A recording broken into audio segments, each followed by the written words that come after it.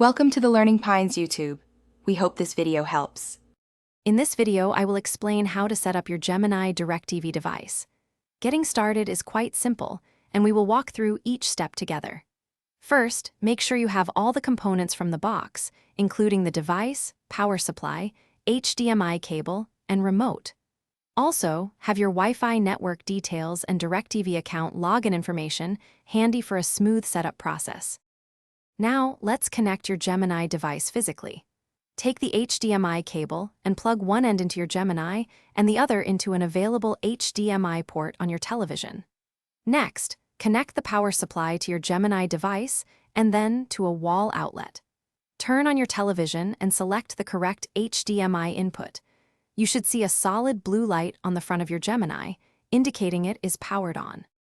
With the device powered, it's time to pair your remote.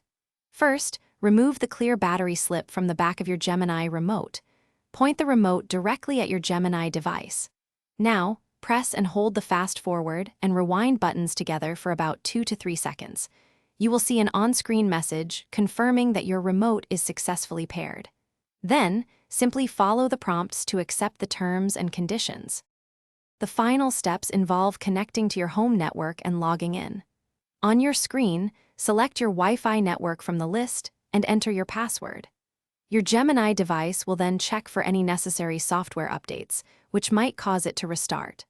Once updated, you will be prompted to sign in with your DirecTV user ID and password, and optionally, your Google account for enhanced features.